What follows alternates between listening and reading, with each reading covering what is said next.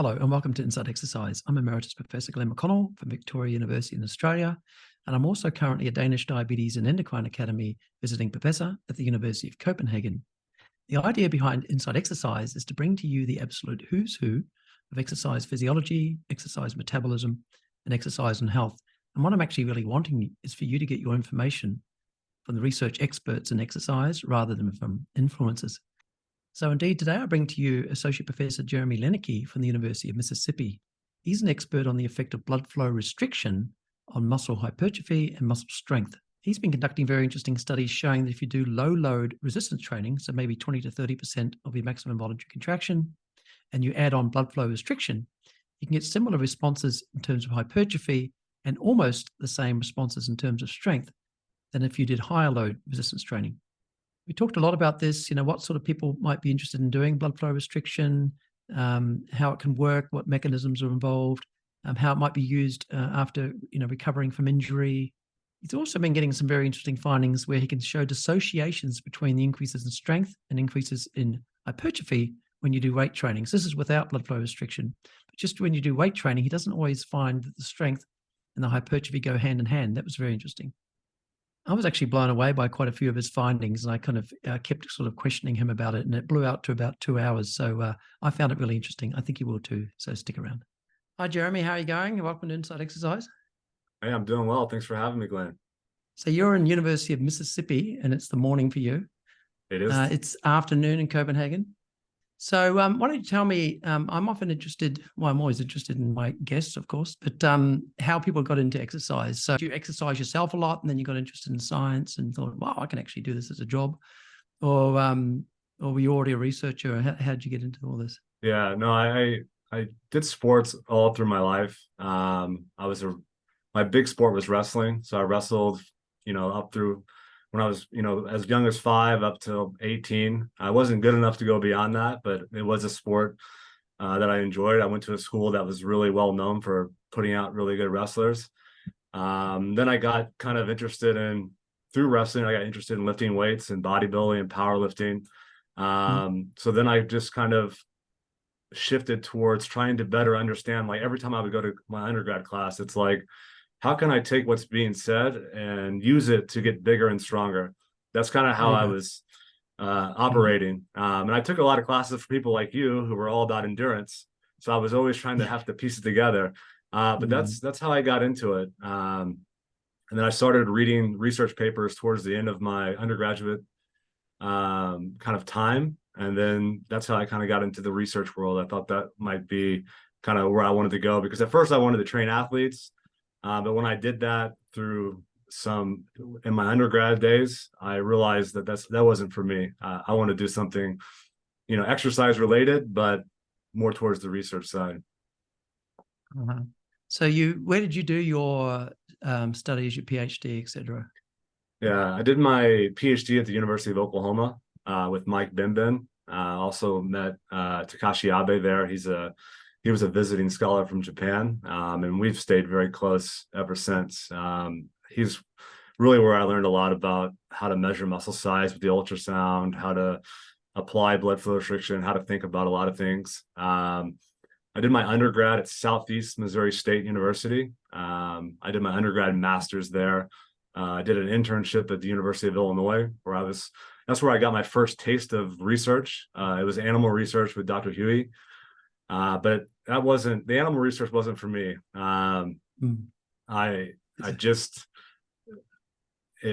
just a different way of thinking. So I came back and did my master's in humans. That's where I started doing some blood flow restriction, and then have been doing humans ever since. Yeah, great. All right. So we're going to be talking about blood flow restriction, of course, and exercise. And as you said, I'm going to try and, we'll stick mainly with strength training, but I can't help asking a little bit about endurance exercise. But why don't we start off thinking, and you mentioned a Japanese person there. Sorry, you can mention him again later, and we'll talk about the history of it and how, blood flow restriction maybe started off there. But yeah, why don't we just talk a little bit about strength training, how you go about it, if you want to get increases in strength versus hypertrophy? Do they go hand in hand, etc.? As a bit of a background before we talk about the effects of blood flow restriction. Yeah. So strength, as measured by basically the most that you can lift, right? So that's the standard that we set it to is like the 1 RM. So the most you can lift one time. And then, muscle size typically being like the cross-sectional area of the muscle or how thick the muscle is. I think with strength, one of the things I think is pretty well accepted is that there's a huge specificity component. So whatever it is that you're looking to improve, that's what you should be doing, and you should be training it as heavy as possible if you're wanting to see increases in strength, in maximal strength. The good news with muscle growth, and I feel comfortable saying there's a lot of evidence for this. It really seems like you can get muscle growth doing a variety of things, training with low loads, training with moderate loads, training with high loads. I think that's all about how much muscle are you activating and for how long. So I think, for muscle growth, you can train anywhere between 20 and 30% of your max up to, probably 80, 85, maybe even higher than that, depending on how much work you can do. So there's a lot of wiggle room there, and there's a lot of things that, you can do just based on your personal preference. Maybe you don't want to lift heavy all the time. For strength, you can lift light weights and see increases in strength. There's no doubt. But it's not going to be increased to the same extent as high load exercise. And I think that's one of the areas where people get confused, because they will reject the notion that low loads can be good for growth because they know for a fact that it doesn't increase strength to the same extent. But I just view them as two kind of separate ideas. So you can increase strength with light weights, but to increase it to high extents, you need to train with higher loads. Is it fair enough that it's the recruitment? So if you're recruiting all your fibers, sort of, or as many as I don't know where we're at with that nowadays, but for a while there, they used to say you can't recruit all your fibers. I think nowadays they say you can, but is it partly to do with that? If you're recruiting all your fibers and all the sort of neurological sort of factors? Yeah, I think that's fair. With the low load exercise and growth, I think Stu Phillips has done a lot of work with that, and a lot of other people as well. But they really spearheaded that, maybe 10 plus years ago, showing that as long as you're recruiting, all of those motor units, why wouldn't they grow? Assuming you're activating them and you're stressing them for a sufficient duration of time. I keep saying for a sufficient duration of time because theoretically, if you are doing something like an MVC for a very brief time, you're activating a large portion of the muscle, but you're not really seeing growth. So I think there is a duration component to it. But yeah, I think you're right. I think a lot of it has to do with, are you recruiting those higher threshold motor units? And if you are, you're probably going to see pretty big growth. Okay. Well, I'm glad I had it right, because I was sort of thinking the other way around. I was thinking for the strength, do you need to be recruiting so how with strength you tend to do the lower repetition, lower reps, higher weight. And you're saying you probably need to do that for strength. Is that right? But then for the hypertrophy, it's more sort of the volume. Well, I think for the recruitment, with low loads, right? You're going to recruit type 2 fibers, assuming you're exercising to or near failure, right? And I think that's one of the explanations for why the growth is very similar to high load exercise. But I don't think just the fact that you're recruiting them is going to explain why you're going to see big changes in strength, because you might recruit the higher threshold motor units with low load exercise, but I don't think that's the same thing as lifting high loads with respect to strength. I think the recruitment strategy is different. So for strength, you need the high loads and less reps. Yeah. Just to make sure we're clear on that. Yeah. Yeah. And then for the hypertrophy, you're saying you can get there through various means, but generally it's the total load. So whether it's lower weights but lots of reps, or higher weights and less reps, as long as you do like quite a lot. Is that right? Yeah. I mean, I don't think it needs to be an excessive amount, but yeah, there is that volume component with growth for sure.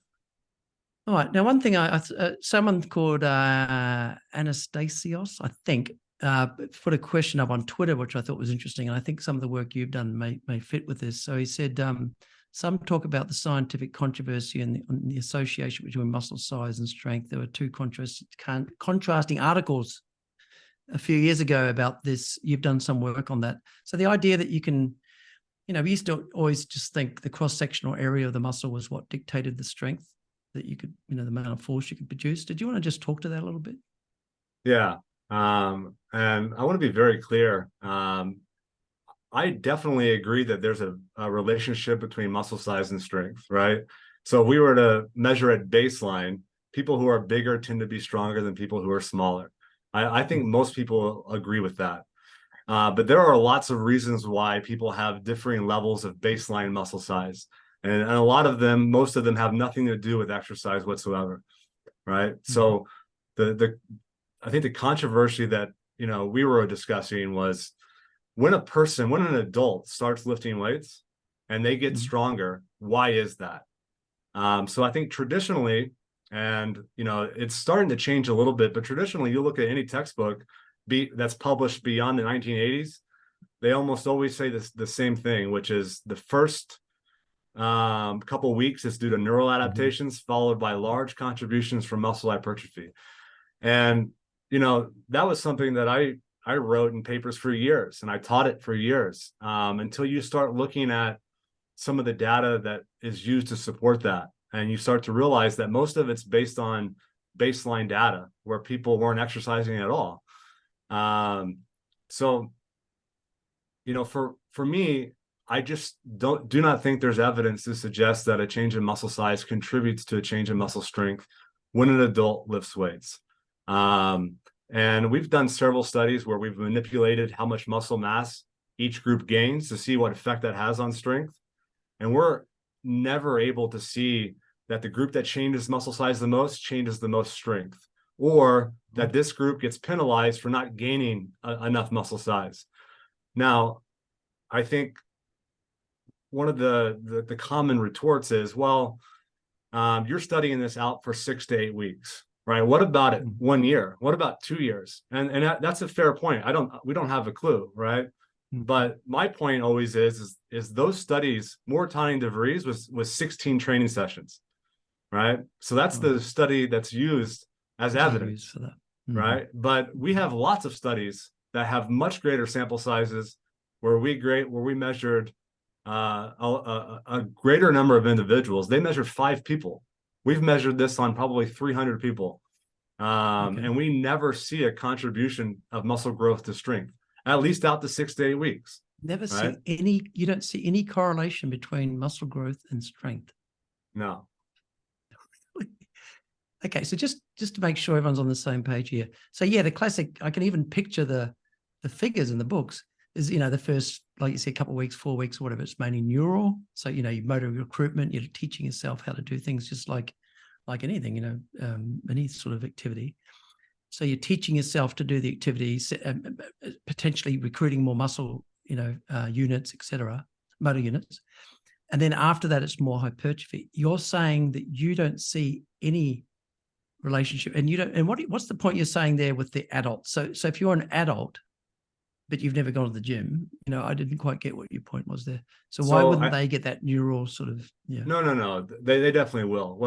The point that I'm making is a lot of times people will say, look at these baseline relationships between muscle size and strength and those who are trained, right? Mm-hmm. So these people have been lifting weights for 4 years. They have a tight relationship between muscle size and strength. Yes. But for me, I'm like, well, we see the exact same relationships in people who have never lifted weights in their life, right? So they're not as strong, but the relationship at baseline is basically the same, if not stronger in people who are untrained. But the point that I'm making is I always put when adults start lifting weights. So maybe there's something different when they're developing, right? Maybe if you increase muscle size when someone's 9 years old, maybe that does contribute. I don't have a clue. I'm only talking about people that we've studied. And I think so you study them. Yeah. So you study them and they haven't done weights before. You train them, but as you said, 16 weeks, which is actually quite long for a training study. Usually they're like 8 weeks or something like that. No, we're doing 6 to 8 weeks, not 18. Oh, sorry, 6 to 8 weeks. Yeah. Okay. Oh, so you actually get decent sizes and muscle changes in muscle in 6 to 8 weeks? Yeah, 18 sessions. Yeah, we can get pretty good change Cool. in muscle size. Actually, it's funny. So when you were talking about that, I remember I came across a paper. What was his first name? Goldspink. He was doing a lot of stuff on this, and apparently they'd shown within a couple of sessions that the actual muscle fiber itself hadn't changed its size, but it had more, functional units, the sarcopenia, the cross bridges, the myosin, actin, and things that actually started to fill out. Does that ring a bell? Something I'd seen years ago. So it sort of fits with what you're saying, that you've got more units to produce force, but you haven't changed the muscle size. Yeah, and I think we wrote a hypothetical paper. We met with somebody who we don't do this type of research, but I think we needed to try and provide some reason why a change in muscle size may not be contributing, right? So a lot of people were saying, well, if muscle growth is there, then what is it doing? Right. So from our perspective, we approached it from, if muscle growth really is changing, and we're able to detect it, and that change in muscle size really is actin and myosin, then why might that addition not contribute to a change in strength? Yeah. Now, Cameron Hill has published some work where they look at basically the mechanics of the myosin heads themselves, right? The different populations of myosin motors. So this research is a little bit beyond me. Well, not a little bit. It's way beyond me. But we were fortunate to meet with him and have him explain it to us on like a kindergarten level. But what could happen is you could have myosin motors that are there but aren't able to actually contribute to force production, right? Those populations of myosin motors do exist in people. So that could be one reason why muscle's changing, but is not additive to strength. It could be that you just need more time, right? It could be that it's 6 years or 6 months, 1 year, muscle growth might start to contribute. My only point is that there's no evidence that that's the case. But we have a lot of people just operating under the assumption that it just has to. And I reject that it has to do something. Okay, cool. Exactly. And you're saying the original idea was based on, I think you said DeFreeze, with, just a small number of people and not that many sessions, etc. So you're saying you've done a lot more and this, Yeah, we've done similar durations of training studies, right? And we actually measured muscle size and find no relationship whatsoever, no mediating role. We've looked at it many different ways. And of course, that's in the 6 to 8 weeks, but so do you think similar to the original studies. I wasn't going to talk about this so long, but I was just finding it so interesting. So do you think it's back to the specificity word you said earlier, that if you're training really high loads, etc., then that'll correlate more to increases in strength than just if you're doing all this volume? So if you're doing low intensity, for example, and you do a lot, you'll get an increase in muscle size, but it won't help you to produce high forces. Yeah, I think the specificity is huge. And it's not to say that, if you get muscle growth, that's somehow a negative. I'm just saying that I don't think it contributes to that change in strength, or at least I've seen no evidence of that. But you're exactly right. I think if you are, and I think that most people understand this concept, because if they were going to do a powerlifting meet where you're judged on how strong or how much you can possibly lift, one rep, none of those people are going to be lifting with low loads predominantly. They may use it some as a tool, which makes sense. But if that's the tool you're using for maximal strength, you're going to lose 100%. So that's the thing. That's the thing people don't necessarily know, that, as you said, strength is, by definition, is one repetition. So calling that competition a powerlifting is ridiculous, because power is, how fast you can move something. It's really just a 1 RM competition. But, and you're saying you need to train similar to that to expect to be strong. So it's back to specificity, right? Yeah. Yep. Cool. All right. So that's interesting, and it's sort of doing my head in, but it's good to learn. I wasn't aware of that, so it's very interesting. Now, and I guess talking about high loads and low loads, it starts to get us towards the reason we're actually here, to talk about blood flow restriction, because the idea that Well, you can explain it, but the idea you can do low loads with blood flow restriction and get adaptations with hypertrophy, etc. So why don't you tell us what is blood flow restriction and why do people do it? Yeah, and it actually ties into the conversation that we just had, because that's how I kind of ended up in that world anyway, because I started to see these large changes in muscle size, but strength was almost always a little bit less. And I'm like, what's going on here? But the blood flow restriction is essentially we're placing a cuff or a wrap at the proximal portion of a limb. So we place it at the top of the leg or the top of the arm. And you basically inflate the cuff to induce partial restriction. So blood flow is going into the limb, but there's not a lot of blood flow going out of the limb. And when this is combined with low load exercise, we're able to see pretty large changes in muscle size and strength. Muscle growth is going to be comparable to higher load exercise strength. Maybe a little bit, it will increase, but a little bit less than that of high load exercise. And there's been some other work on blood flow restriction just by itself. So just applying the cuff, inflation and deflation, that could have some effect, but the literature is a little bit weak. And there's some evidence that combining it with low intensity aerobic exercise, so very slow walking, like 50 meters per minute, so 1.8 miles per hour, I think, can induce adaptations in some populations. But basically, it's just partial restriction of blood flow. Okay, can I just clarify? So the walking with the restricted blood flow, is that going to have endurance type adaptations, or are you talking about the strength ones you just said then? Yeah, they were looking at their big adaptation was muscle size and strength, and in that particular protocol. Yeah, there's been some people looked at changes in aerobic capacity. I'm not as confident about really some of that. Okay, because when I was just looking over this, as I said to you before we came on air, I don't know a whole lot about this, but I know a bit more now. I was assuming that if you're doing the resistance exercise with the blood flow restriction, you'd be getting the resistance adaptations. And then if you're doing the walking with the restriction, you'd be getting the endurance type responses. But you're saying irrespective almost of what exercise you're doing, as long as you're doing some exercise and reducing the blood flow, you get sort of resistant training type adaptations. I think there's evidence that suggests that. There certainly are papers that show that. I am pretty skeptical, to be honest, that it's going to produce changes similar to that of what you're going to get with resistance exercise. I think with certain populations, if they could not lift weights, but they could do some physical activity, that might be a time to use it. With some aerobic exercise and with the idea that maybe it could do some of these things. But I mean, I know that there's papers that exist. I'm not saying there's not. It's hard for me to think that a young person is going to walk very slowly on a treadmill and see muscle growth and strength. I think it could happen in certain populations. I just don't know how repeatable that finding it actually is.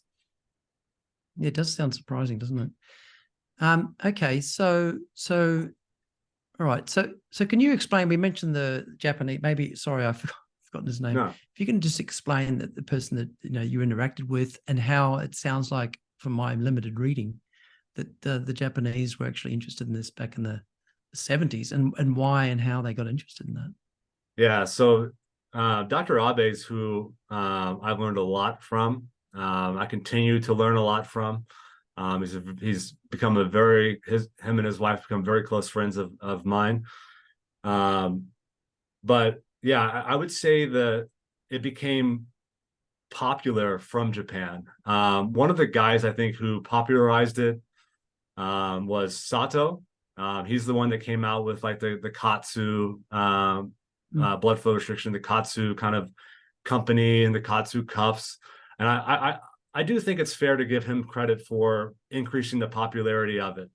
Now, of course, you have people who would go, well, people have been applying blood pressure cuffs for a long time before then. That's true. But what I'm referring to is with applying the cuffs as we do it with the goal of increasing muscle size and strength. I think he can be given credit for making it at least popular. I'm not saying he invented it. But he certainly made it very popular. And yeah, that came from Japan. I think the first published paper on blood flow restriction as we use it, as far as I know, is 1998 with Shinohara. So he published a paper showing that applying blood flow restriction on one leg, comparing it to the same exercise on the opposite leg, you can see a greater change in strength under the blood flow restricted limb. So that was one of the first papers to be published on that. But yeah, following that, I think it started to increase in popularity, at least in the research in the 2000s, like the late 2000s. That's when I kind of got into it. There were some people doing it before that as well. But I think a lot of other researchers outside of Japan were pretty skeptical of the claims. And then I think they went into it and going, okay, there might be some of this. And I think there certainly seems like there is with resistance exercise. So what were they even thinking back there? Just to me, it just seems like the last thing I'd think of, to try and reduce, because it's a little bit, it can be a little bit uncomfortable or whatever. Why were they even doing it, So why did they even think of it? You can read about his story. I'm going to call it a legend. You can take that however you want, but legend suggests that, he was at like a Buddhist ceremony. And he was kneeling and felt kind of that a little bit of numbness in his lower body that he said made him feel like sometimes what he felt like after a really heavy leg workout. So he thought if he could reproduce some of that restriction using, differing things, maybe he could see some adaptations similar to when he was actually lifting heavier weights. That's kind of the legend that I think has been put forth. I mean, I'm just laughing because I'm thinking it was so the number of times I've been laying funny and my leg goes to sleep. Is it going to get huge?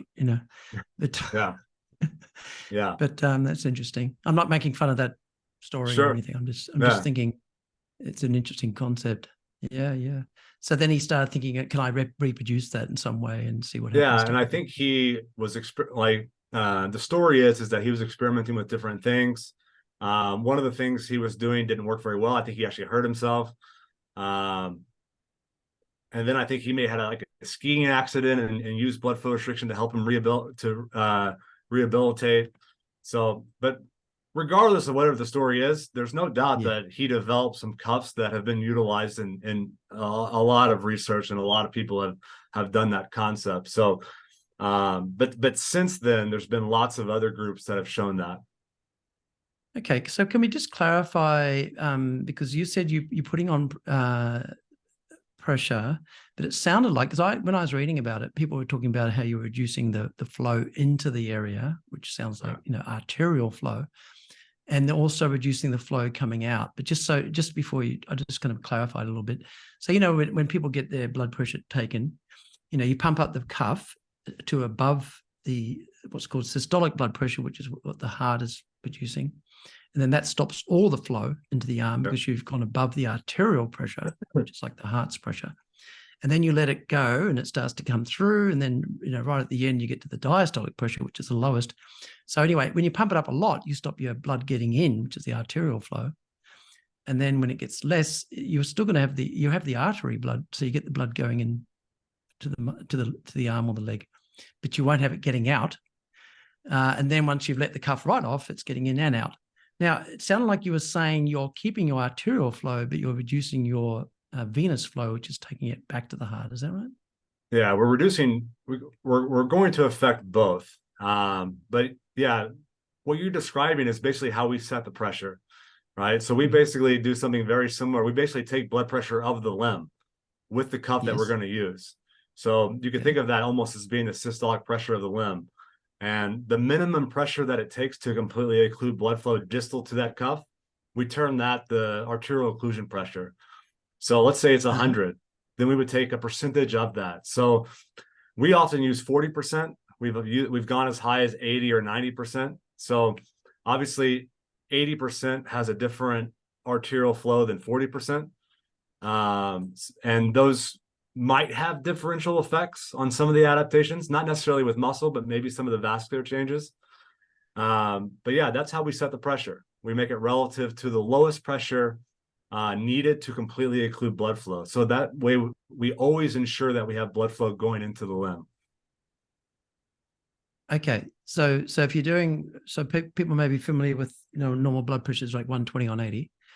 So you pump it up to like 180 or whatever, you drop it, and then 120 is where it starts to get through. So 120 would be where you're occluding your arterial flow into the arm. And then what do you set it at? So if we were to, assuming you were going to use that cuff, right, for exercise, that's very important because different cuffs have different pressures that are needed to cease blood flow. So whatever that cuff was, if that was 120, we would take a percentage of that. So for example, 40% or 80%. And that's what we would apply during exercise. Right. So in the end, well, 40 and 80 are very different, of course. Yeah. So in the end, you're wanting to have what? Some arterial restriction or none? Are you just trying to stop the blood getting, slowing down some of the blood getting in, or are you just trying to stop the blood getting out? Sorry, I'm just a bit slow on this. No, I think that's a good question. I think we're trying to do both. I think some people think that all you need to do is just trap the venous, because then you're trapping all the things that are produced, and that might have where some of the benefits are. And that seems to be true. The reason why I'm still uncertain about the first part of the question is because there are some changes like limb blood flow, right, where 40 and 80% might produce different effects following repeated bouts of exercise. So that would lead me to believe that there could be some differences on the arterial side as well, that it's not just, collapsing the vein. It could be how, impeding how much blood flow is getting in there into the cup itself. Right. So you are trying to stop some arterial, you're trying to stop some of the blood getting in, but you're stopping all the blood getting out. Is that right? Yeah, for the most part, cool. Yes. Yeah. Right. And then it feels uncomfortable. Yes. I saw some like scales of different bands and everything. It was talking about how uncomfortable. No, this is comfortable. This is a little bit uncomfortable. Is it mainly? I could imagine it's mainly the pain of having the blood either not getting in or not getting out that's causing the problems, or both. It's honestly more of the discomfort usually comes when it's combined with exercise.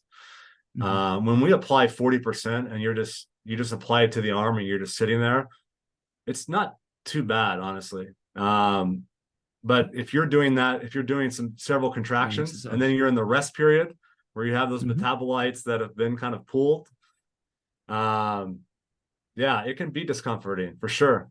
And there seems to be a pressure effect there. So discomfort seems to be greater with a higher pressure. Okay. And when you're doing this exercise, so just say you're doing some bicep curls or whatever, and you're doing a relatively low load. I want to talk about that some more as well, like, what percent you do and things like that of their maximum. Are you doing it like, so you occlude it and then you do like one set and then you let it off again? Is that what you do? So then you put it back on again when you do the next set? Is that how you do it? We usually maintain it throughout. There's been some work on the intermittent, not a lot, but I think there's some idea that maybe the maintaining it that entire session might be important, at least for that exercise. So you would inflate it before you start exercise, right? You do your sets, you keep it on during the rest period, and then once you finish that last set of exercise, then you can deflate it. Wow. But I thought if you've stopped venous return, then the blood wouldn't have been able to get back the whole time. But during the rest periods, if you were to deflate it, it would be getting out, right? Yeah. So if you do deflate it, yep. Yeah. Okay. All right. But you don't. Correct. Right. All right. So they're doing a set, and the whole time the blood's just staying in there, and it's not horribly painful. Well, I mean, some of it's going to be pumped out. Like, I would imagine contraction is going to be forcing some of it out, but yeah, a lot of it's accumulated there, and it is discomforting. There's no question. Okay. Now, what percent? So you're saying, the whole point, I guess, is you're saying you can do low loads and get a similar adaptation. You said similar for hypertrophy and maybe a little bit less for strength. Yeah. Yeah. What sort of percentage are you doing of the 1 RM? So just so people know, 1 RM, yeah, one one repetition max. So how much you can do one rep of? Yeah. Right. So let's say the most you can lift is 100 pounds. We would apply around 20 or 30% of that. So 20 to 30 pounds you'd be lifting.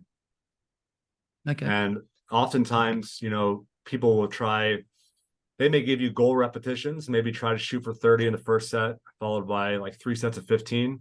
Most people aren't going to be able to do that. But, you know, something you can shoot for, or you can do repetitions, as many as you can do. One of the things that we're starting to do is take a percentage of what people can do to try to make it as sub-maximal as possible. But yeah, I think you're using about 20 to 30% of your max. We typically do 3 to 4 sets of exercise, rest around 30 seconds to a minute in between each set. Okay. Now, what I'm interested in is obviously that's a lower. So if you're doing that same absolute, you know, load with normal blood flow, then that's a lot easier than with the reduced blood flow. But does it end up kind of similar? Like, you know, some people I've seen online and everything saying, well, why don't just train harder? You know, like why bother doing all that?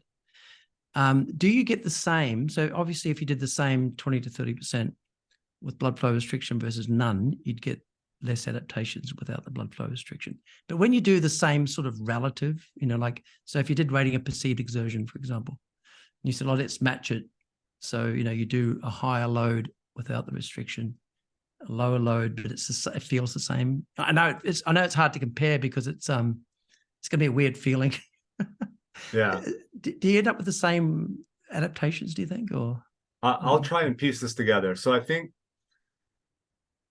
so if you were to do blood flow restricted exercise, right, you're going to see changes in muscle size, strength. Sometimes you'll see some vascular adaptations. I think that's going to be dependent upon the pressure that's used, right? Okay. If you were to do the same repetitions, right, everything the same without blood flow restriction, you're probably going to see less muscle size, less muscle strength, and maybe no change in the vascular adaptation. So that would highlight that there's a treatment effect, right?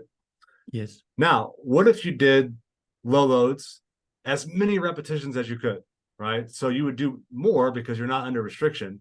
What would that adaptation look like? That's a good question. I think that muscle size and strength would probably be pretty similar as blood flow restriction. You're doing a lot more work, but I think you could get the same adaptation. The vascular changes, I'm not sure. We have some data that, you know, the issue is that we were training with extremely low intensity, so 15% 1RM, where doing lots of repetitions with 15% 1RM, it did not have the same vascular adaptation as the highest BFR pressure. So that would suggest that there could be something to the blood flow restriction for certain adaptations. But I think for muscle size and strength, yeah, I think it's fair to say that if you were to do enough work, it would be pretty comparable on some adaptations. Yeah, and I guess some of the rationale for doing it is time efficiency, right? So you probably wouldn't be. You'd say that's a tick for the blood flow restriction because you'd have to do so many reps, you know, without the blood flow to get the same response. So I guess again, I'm still trying to think the people that are going to be doing this. I know some elite athletes and things do it, and I'm interested in how many.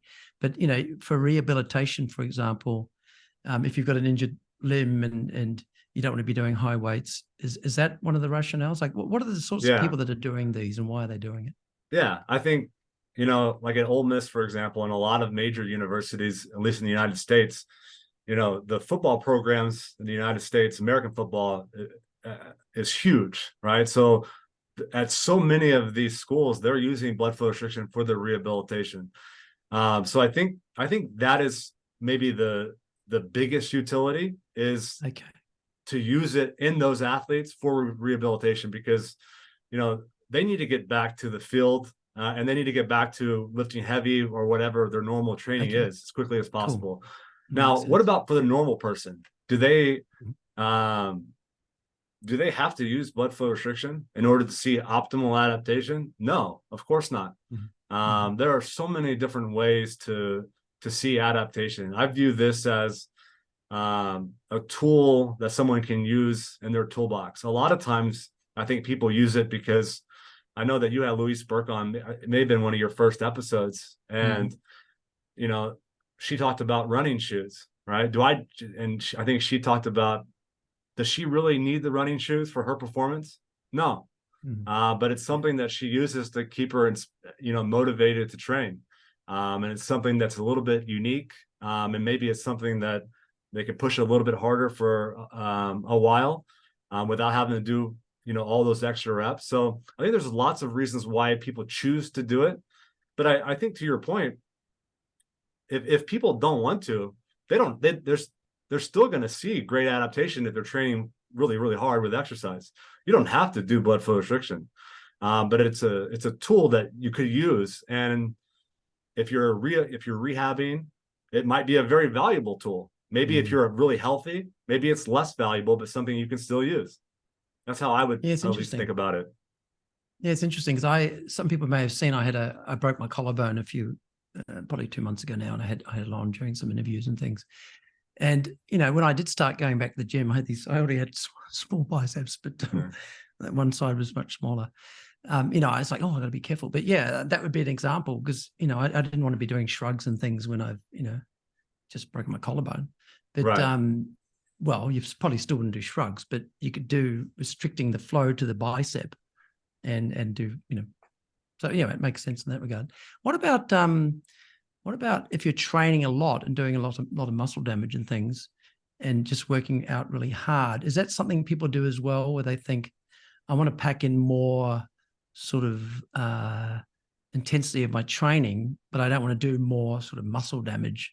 So, could they throw in a session a week where they have the flow restriction? So they're doing like the low loads. Do people do that as well? I think they do. I'm under the view that I think people, and I have a lot of opinions that are in the minority. I'm aware, but I really think that a lot of people are training way too much when their goal is just muscle growth or strength. Okay. So I think you could use blood flow restriction in one of those sessions where it's like, instead of doing my normal leg extension, leg curl, or hack squat with my normal heavy exercise, I'm going to replace it with the lower load exercise with blood flow restriction. I think that's one way that it could be utilized well. I don't know about, I'm going to do my normal workout and then I'm going to add even more. I think at some point, I mean, the muscle can only respond so much in a given training session. So I think, you could be doing more, but are you getting more adaptation? Maybe, but I think you're probably just delaying your recovery. That's my perspective. But I do think that's one way that it could be used.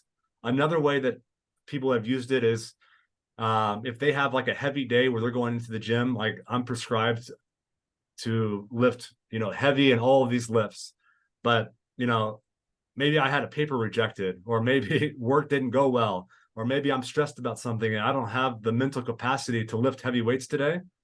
Hey, maybe I'll lift light weights with blood flow restriction, get a lot of adaptation, but not have to necessarily have that same mental focus that's required to lift, like to do a 1RM or to lift 85, 90% 1RM on a barbell squat requires a little bit more mental effort. Okay. So that might be a time to use it as well. I wonder if people, I was actually surprised when you said you think a lot of people train too hard. I can't help thinking when I go to the gym, how many times I'm like wanting to get on a machine and they're just people sitting there on their phone. I feel like most people don't do a whole lot, but I guess you're talking about the professional athletes and things like that. It's icing on the cake. Yeah, I agree. I think, there are two different groups of people I think we're talking about. I think on one hand, I think I agree with exactly what you're saying. But typically the people who are listening to stuff like this are the people who are already training a substantial amount. So I think for those people, I think replacing something they normally do might be the better option than just adding it at the end. Perfect. All right. Now, how common is it? So I know you mentioned some of the football teams and things, but is it relatively common? And is it common amongst bodybuilders and powerlifters and things like that, Yeah, I think, I'd say so. I know that, I've been to discussions with like Barcelona Football Club, Manchester United. I know that they have been applying it to certain athletes within their system to see how they do it in rehabilitation.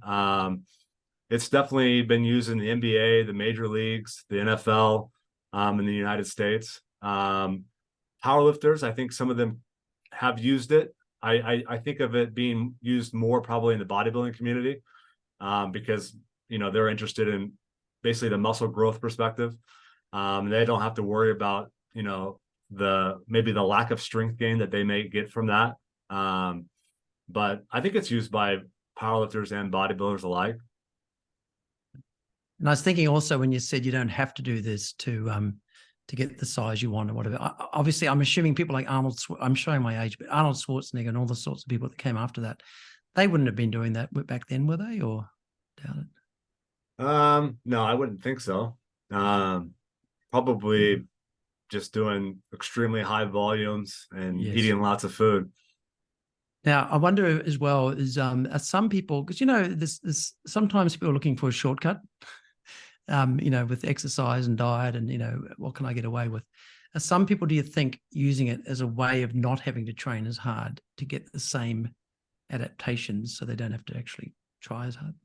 I don't know. I mean, if that was the case, and our goal is to get people to exercise, and I think that would be great.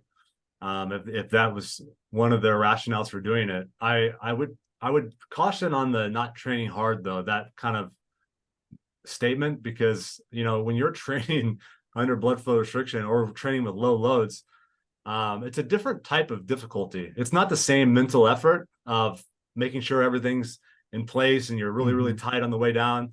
But I think when you have a bunch of metabolites pulled and you're under discomfort and you're doing, 2 more sets of exercises, I think that's training pretty hard. But yeah, maybe they don't want to lift heavy weights, and this is another way for them to do it. Or maybe they're getting older and they're feeling it in their joints a little bit more, and they want to do a little bit more lower load exercise. Yeah, that's the thing. I guess I haven't done it, so I don't know what it feels like. So it does hurt.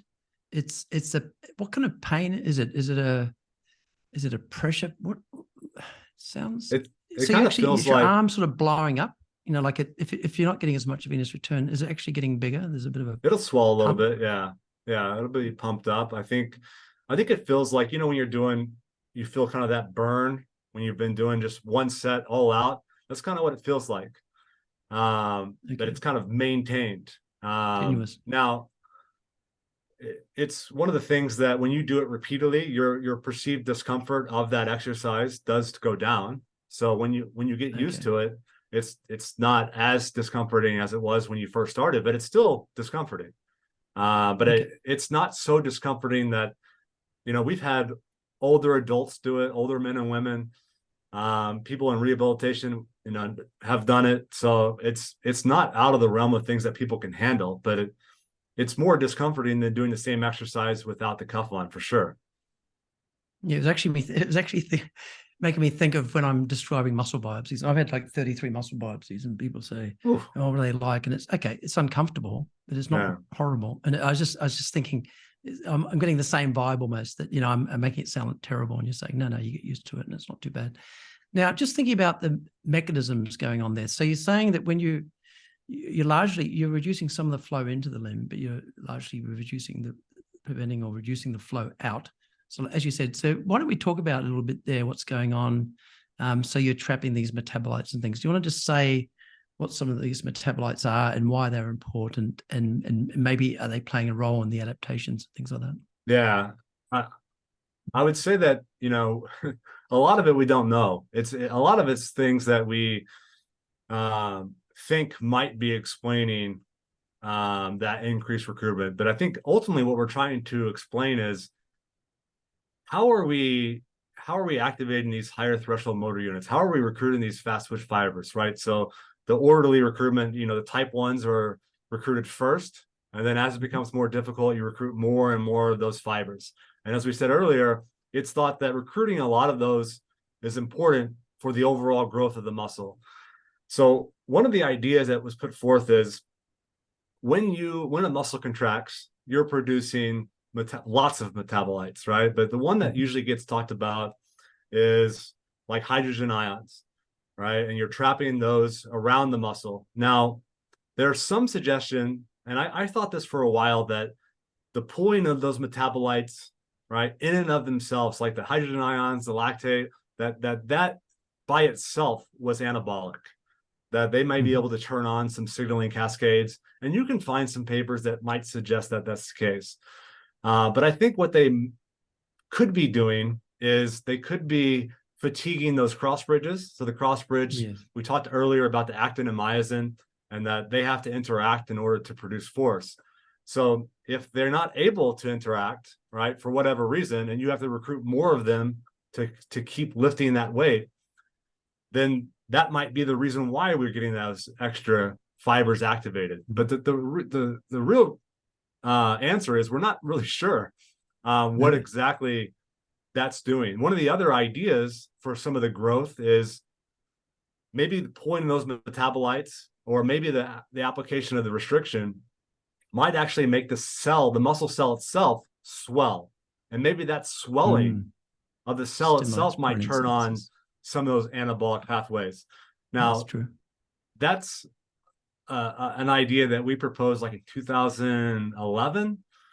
I would love to believe that that's true, but I don't know that we know that's true. That's just another idea of saying this is what looks like might be happening here. But I think those are all things that make sense. But to know for, this is exactly what's happening, this is exactly the reason, I don't think we know that. And I don't think we know that with regular exercise either, to be honest. Yeah, I remember that because I've done some creatine supplementation studies, and I know at one stage they were saying the creatine gets taken up in the muscle and you get more water, and then that it's been shown in isolated cells that if you change it's called the osmolarity, but anyway, if you make the cell swell a little bit, it stimulates protein synthesis. So I know that is a bit of an idea there. Yeah. But the other thing I just want to make sure people are clear on is, you're saying lactate and hydrogenine. So when you produce lactic acid, it dissociates to a hydrogenine, which is the acidity, and the lactate ion. Yeah. And the idea is that they're actually meant to be transported out. There's these lactate, they're basically called MCT4 transporters that transport the hydrogenine and the lactate out, and then it's removed, into the blood and back to your heart, hopefully. But as you're saying, if you're reducing the venous, the blood leaving the muscle, then these things are going to build up. And you're saying that maybe the hydrogenines, sounds like the hydrogenine itself could be affecting efficiency of the cross bridges and things, and causing stimulation of protein synthesis. Yeah, and you get a buildup of the inorganic phosphate as well. And there's you have some of those cell studies that when you dump inorganic phosphate, that can reduce the twitch force as well. So yeah, it could be lots of things. I don't know that we know for certain, but I think that's some of the ideas. Okay. And do they actually know? So you're saying, at these low loads, without the blood flow restriction, you don't recruit as many fibers. But you're saying with the same low load, with the blood flow restriction, it's actually been shown you're recruiting more fibers, is it? Is it? Yeah. And I think, one of the ways that, if you put one of the tools that was used for a long time that added a bunch of confusion is surface EMG. And I'm projecting here because it was confusing for me as well. Because if you put surface EMG on, just explain what that is. It's picking up the electrical, Yeah. It's basically picking up the muscle action potentials, right? So you can think about it, it's kind of the same concept as more people are maybe more familiar with like an EKG. It's basically that, but you put it over the muscle. And the more action potentials that get produced, the higher the amplitude is going to be. So I think people used to associate that directly with muscle activation. So the higher the amplitude, the greater the muscle activation. But when you train with low loads, the amplitude can be lower, but you can still be recruiting all of those fibers. So that's what is the reason why people are typically confused on this topic, myself included. Now, what is the evidence that type 2 fibers are actually recruited with low loads in BFR? One of the ways you can look at it is glycogen depleted out of those fibers? So that's been demonstrated, but the better way is to see, does type 1 and type 2 fibers, when you take a biopsy, do they change? Are they higher than they were before you started exercise? And that data exists as well. So we are seeing changes at the fiber level in both type 1 and type 2, which would indicate that those type 2 fibers were recruited because they did grow.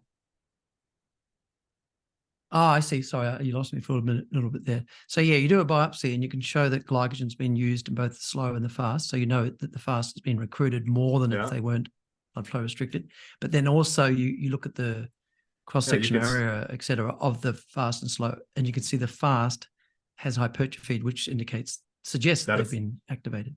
Correct. Yep. Perfect. All right.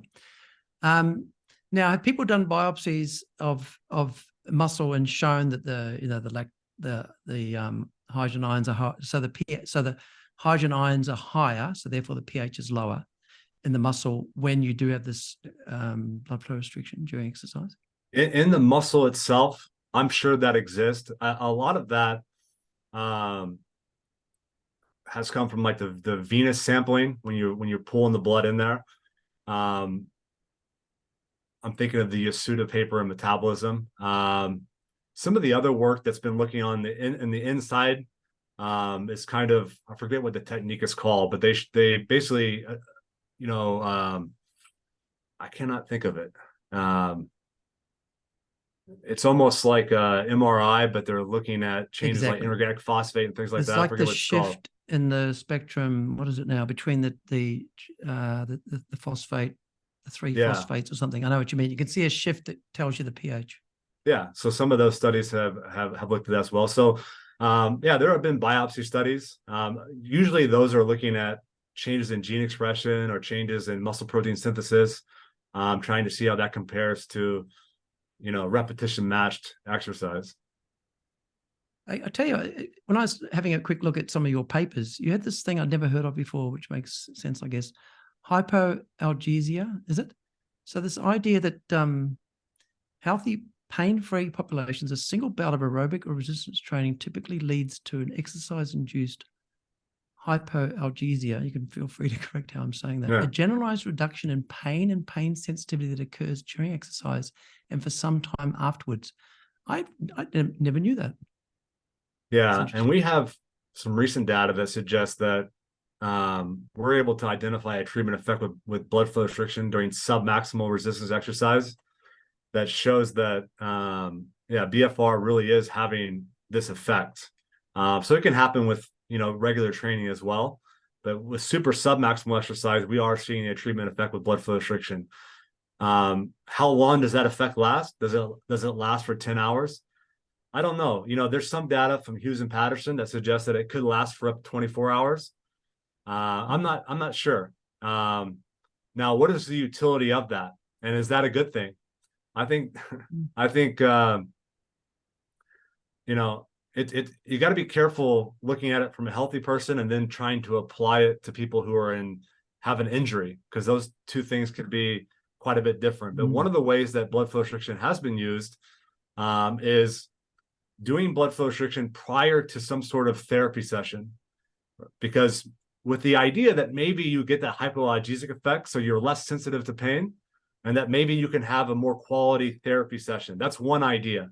Okay. Now, I'm not a clinician. I could see that being useful, but I could also see maybe someone going, hey, pain might be there for a reason. And so I think you'd have to, as a clinician, take that and then, use it with your clinical expertise and what you think. But I think that's one of the ways that, people have discussed it. We thought about using it as, can we change the pain threshold, and then will people perform better? Maybe they'll be able to do higher volume of exercise because they're less sensitive to pain. But we haven't found that. We find the hypoalgesic effect, but we don't find that improved performance. And it could be because there's lots of differing ways to induce pain. We're using pressure. You could do ischemia. You can do cold. So, and each one of those might respond a little bit differently.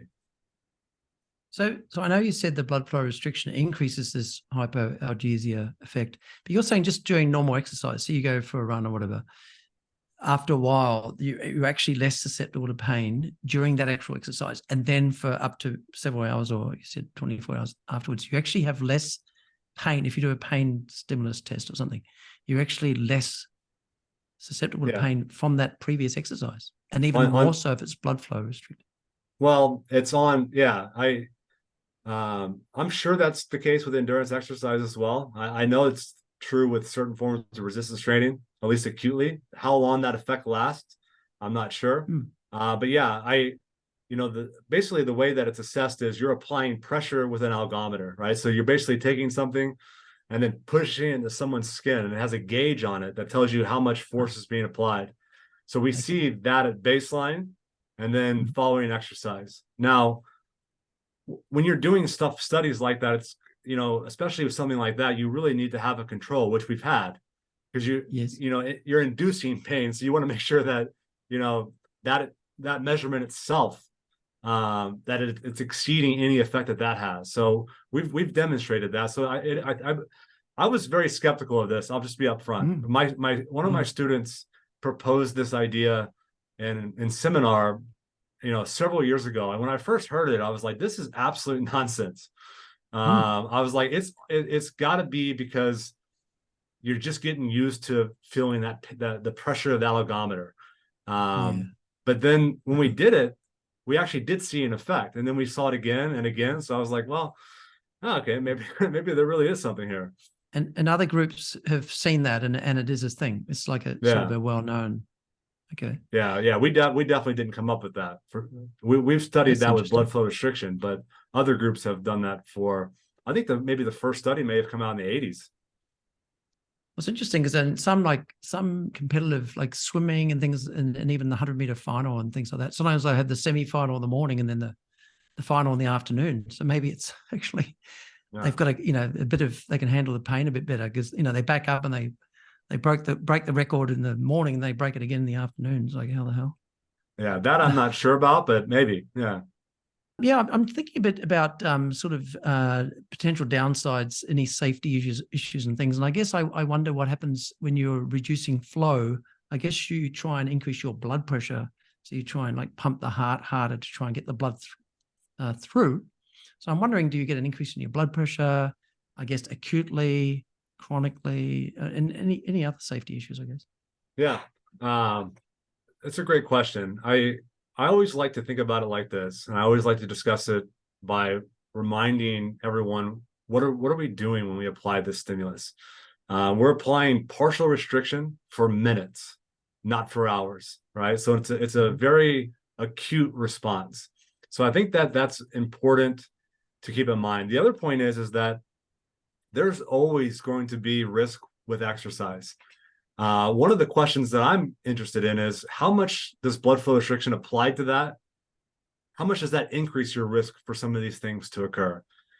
Now, to follow up with that, I think two of the areas where people, and I'll discuss the blood pressure thing as well, but two of the big areas that people initially were concerned with was muscle damage and blood clots. So does exercising with blood flow restriction, does that increase your risk for muscle damage? Because, blood flow is good, or, if we're cutting it off, is that going to damage the muscle? And then are we going to throw a blood clot when we're exercising with blood flow restriction? Yep.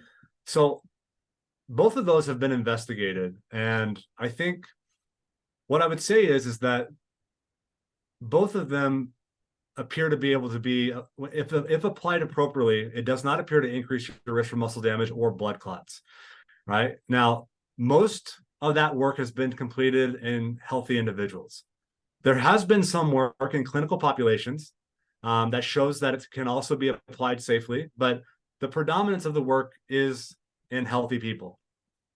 But keeping in mind with what we just discussed, it does not appear to increase your risk for either one of those things, which is a good. Now, one of the other variables that there's been a lot of discussion about this, he's written several papers on this, Marty Springer from Michigan State. And his concern with blood flow restriction is that when you apply this, you're pulling these metabolites that, you're getting an exaggerated blood pressure response to that same load of exercise, right? So when I exercise with blood flow restriction, and I do the same exercise without blood flow restriction, the blood pressure response is definitely higher. And what he was saying is that's totally fine. He's like, his point, I think, is there are certain populations who may be more sensitive to those pulling in metabolites. Maybe they have some sort of condition where instead of increasing 10 units, they're very sensitive to pulling in metabolites, and they may increase 20. So I think his point is that there might be certain populations, right, that are hypersensitive to these metabolites, and their blood pressure may respond accordingly. So I think that's fair. I would say, though, that it's important to not only know that blood pressure is augmented acutely. Nobody disagrees with that. But I think the next question would be, how high? Is it higher than high load exercise? No. And that's never the case. No. So I think it is fair to say that blood pressure does acutely increase higher than the same exercise without blood flow restriction. But I think it's similar to or lower than that of high load exercise, depending on how it's measured. Exactly right. So we were saying earlier to people that, normal blood pressure's maybe 120 on 180. But when you're doing like maximum squats and things like that, you get up to something like 400 on 300 or something, don't you? For the systolic 400, diastolic 300. You're never going to, I don't know if that's right, just back me up on that or refute that, but you're never going to get up to that with your blood flow restricted low load exercise, surely. Yeah, and that data is coming from the indwelling catheters. So where you have like basically a pressure sensor in the artery. So to my knowledge, there's been very few follow-up studies that have looked at that.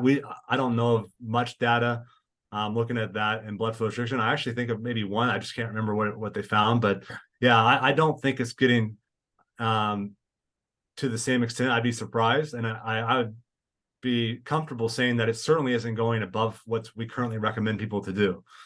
Now, chronically, there's just not a lot of data on blood flow restriction and does it change resting blood pressure.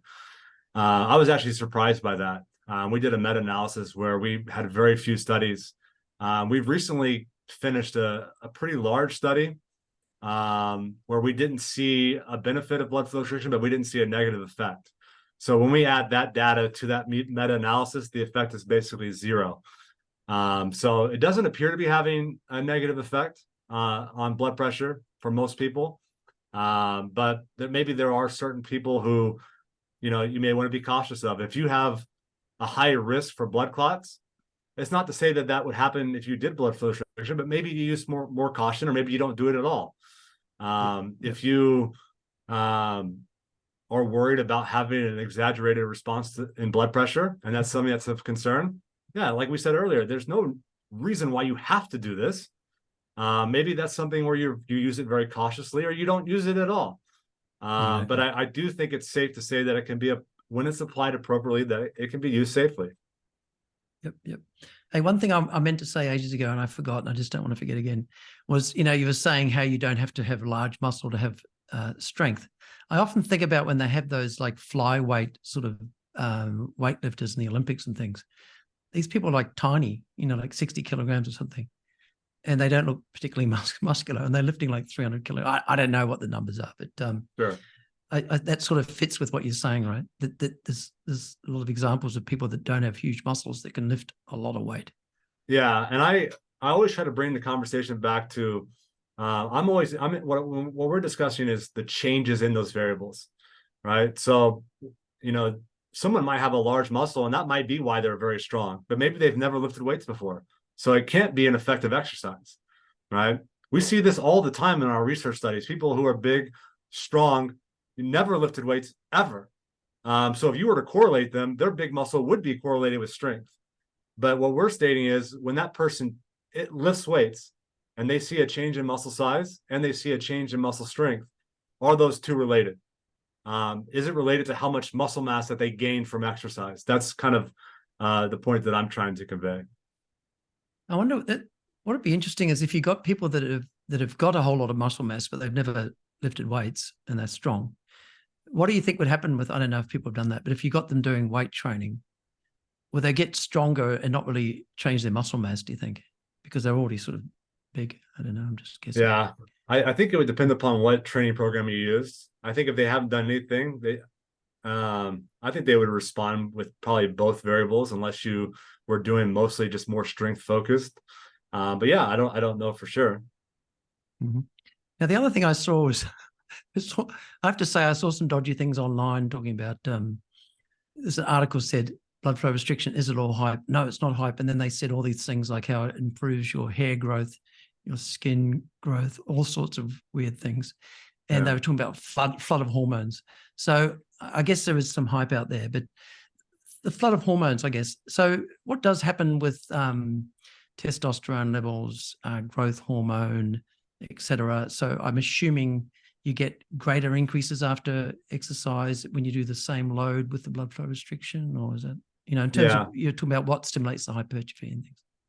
Yeah, I think, the hormonal response tends to be greater, especially growth hormone. That was one of the ones that I think people thought for a long time was going to be an important mediator of exercise-induced growth. I mean, given the name, I think it's intuitive, or it makes sense that it should be intuitive, growth hormone. And blood flow restriction does augment that. I think I don't think a lot of people now think that that's the reason why muscle grows. Okay. I think the exercise-induced change in hormones may not be playing that big of a role with growth, if any at all. So, yeah, I think several people have Mm-hmm. kind of suggested that. I think when we think about exercise-induced growth, one of the big things against some of the hormonal responses is that it's just such a local response. That if I train my right arm gets bigger, but my left arm doesn't. So the growth is very specific to whatever's been trained. And whereas hormones would be, very systemic. So that's one of the lines of evidence against it. If you inject growth hormone, it doesn't induce myofibrillar protein synthesis and things like that. So it does occur, but I don't know that that's the reason why muscle's getting bigger. Yeah, so there's all the signaling in the muscle, mTOR and all that sort of thing, of course, which is activated. So if people looked at that, I guess that there's more protein synthesis stimulation in the muscle if you do biopsies, the mTOR and things like that. Okay. Yeah, so they have looked at that, and it appears to, I think some people have raised the question of, is it working through something completely different than high load exercise? And I don't think it is. I think the path to those fiber activation is very different. So I think the recruitment strategies are certainly different. But once the fibers are activated, like if you look at the gene expression response, it's very similar to high load exercise. And then all of the mTOR signaling, it's all what you would expect with normal exercise. So I think from the fiber level and beyond, I think the signaling is very similar. I think the question of what I was saying earlier is, what is the mechanism? What's the local mechanism that explains kind of how muscle contraction activates all those things? I think that remains to be seen. What's that mechanosensor look like? But I think it's very similar to what we're seeing with blood flow restriction.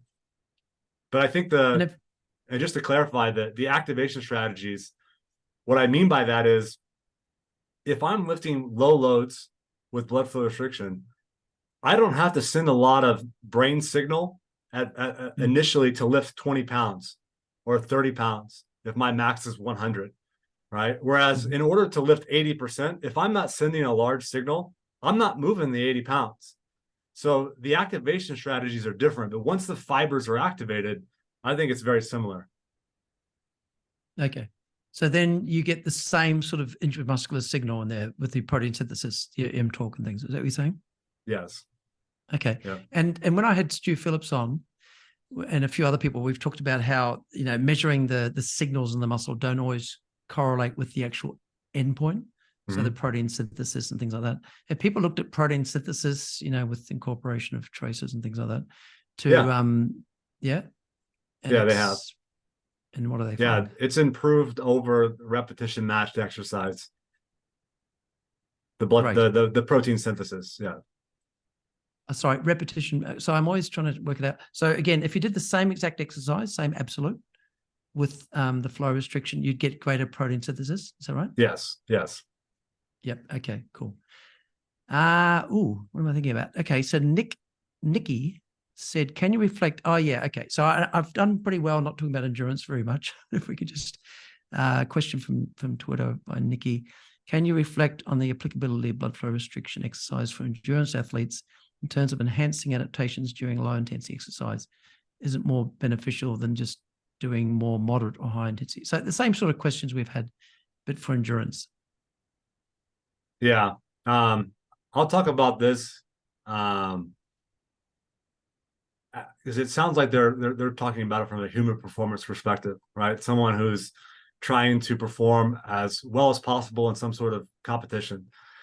I think one of the ways, and Richard Ferguson has talked about this, he's got a really nice review paper on this topic, and he's done some really good work on this too. But I'm not as familiar with the endurance stuff as I told you. But one of the ways that they have been trying to utilize blood flow restriction is maybe during the rest period. So if you're cycling, right, maybe you cycle, you do your normal cycling exercise, then the rest interval, maybe then you apply restriction, and then you deflate it, and then you do the next set. Now, I think the idea is that they want to make sure that when you're cycling, that you are able to do your high intensity cycling, that it doesn't impact your work performance, or it doesn't impact how you approach your cadence or anything like that.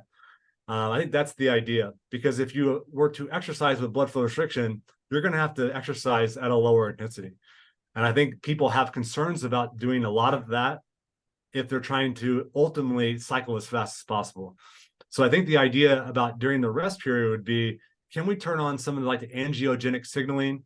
Can we get some local adaptations that could potentially facilitate adaptations in endurance performance? So I think that's one of the ways that it's being utilized with varying success. I think they are able to see some of these angiogenic markers. I think they are able to see some of these indices change that would be beneficial, but not necessarily a change in time trial performance. And that could be a variety of reasons why.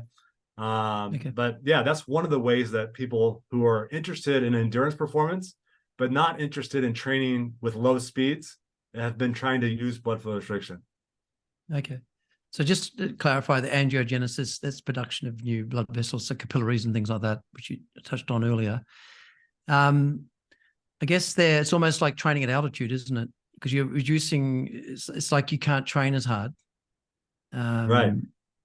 It's like you're reducing oxygen delivery, or well, it's different. Obviously, at altitude, you're breathing in lower oxygen. Well, this is where people always say lower percentage of same percentage of oxygen, but there's less oxygen per liter. So you're getting less oxygen delivery. Here, you're potentially, if you're reducing arterial flow, you're getting less oxygen delivery. But you're saying is the main stimulus is that buildup of metabolites in the muscle, and you're thinking that turns on the capillarization, maybe.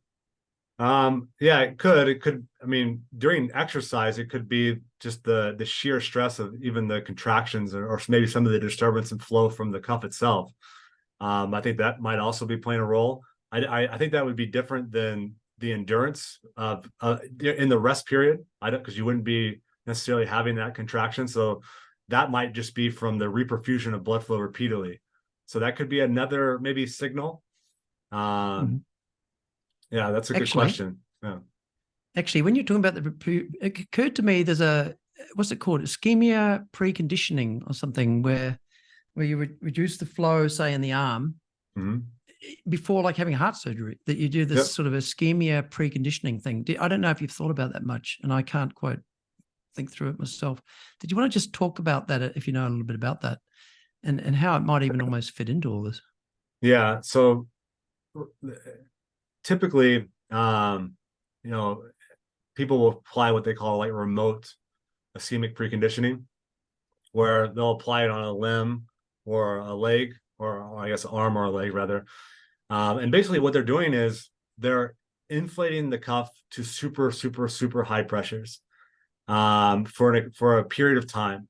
And then they deflate it for a period of time, and they reinflate and deflate. So they'll do that for maybe up to 40 minutes. And I think that there has been some literature that suggests that could be beneficial for short-term exercise performance. and things like that. We've never been able to show that.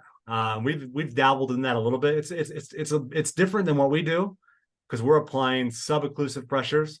They're applying super-occlusive pressures. So, and we're combining ours with exercise. Theirs is typically rest. But I am interested in that idea. But I do think that a lot of those authors will suggest that there could be something to that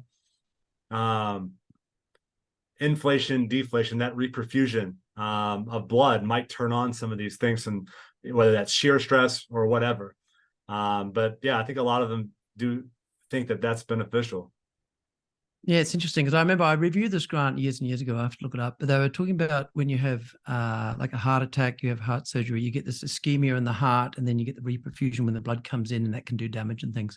So they were doing the ischemia reperfusion in like an arm, and that was potentially protecting the heart when the heart got the ischemia reperfusions. That was just kind of amazing concept. Yeah, it's almost like it's almost like a hormetic effect, right? So you get used to a lower dose, so when you see a higher dose, you're better able to respond. I think maybe part of the idea as well. Yeah, well, yeah, I have to look back at that. Now, what about cost? I was actually amazed at, I don't know if it's, there was an article I was looking at, they were talking about like $7,000 for one band, and then like $1,000 to $4,000 for 4 bands, and then other ones were like $150 each and things like that. What do people really need to do this, and how much do they need to spend? And I think it depends on one, who are you applying it to, and what is basically your goals, right? The best case scenario would be you have a cuff that you can apply, that what the arterial occlusion pressure is, so what pressure is going into the cuff, and you can set the pressure relative, right? That's one of the big things that we think might be important, if nothing else, from a safety perspective. So if that would be the best case scenario, my guess would be is that, I don't know the prices, but I think you could probably find some of those that are probably reasonably priced, especially now with the lots and lots of them are coming out. I don't know most of them, if I'm just being honest. We use a Hokinson device. A long time ago, we used the Katsu, but I think the big thing is can you know what pressure is being applied, right? And then can you make it relative? That's the best case scenario. One of the other ways that how I got into this initially in research in my master's is I had no ability to use any equipment, right? We had no funding whatsoever. So we were just using knee wraps and just applying it to the arm, applying it to the leg. So there is some research showing that can be used, with the obvious limitation that you have no idea what the pressure is, right?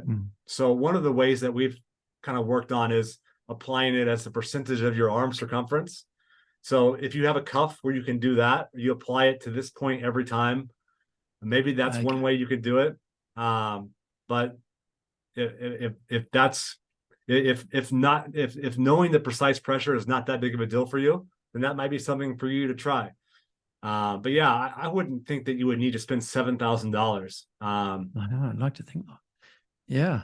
So is there some, for people at home thinking, okay, well, I've got this, band that I've used for, I don't know, for weight training or something. I could wrap that around my arm or around my leg. Is there a bit of an idea that they could think how to do it? I know you said ideally you'd, do measure the pressure and then a percentage of it and all this sort of stuff. But is it sort of like, if you do it and, it's sort of like a 7 out of 10 after a minute if you're just sitting here or something? Is there some sort of rough gauge, the pain, for example, or something like that? Yeah, we tried to use a tightness scale, right? And that got recommended a lot. Part of it mostly by us, but then we started to really wonder if that was the best way to do it, because one of the things that we started to realize is that when we can use a device where we actually know what the pressure is, and we have people tell us stop when it's a 7 out of 10 tightness. One of the things that we realize is that the wide range of pressures that's applied is astronomical, right? Not only that, within the given person. So let's say you come in, your 7 out of 10 is 40% arterial occlusion pressure today. Tomorrow, what we found is your 7 out of 10 maybe 90%. So it's like, Oh, that's not even repeatable. it's not even, yeah, So, okay. yeah. So one of the things that you could do is if you put the cuff on the arm, right, Mhm. and you know what the circumference of your limb is, apply Yeah, it 10% of that, and then just 10%. pull and then tighten it off. We have shown that that's kind of comparable to knowing the pressure.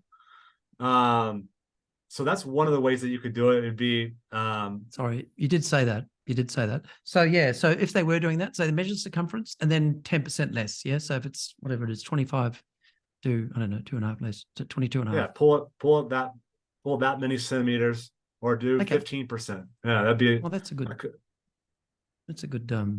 takeaway message.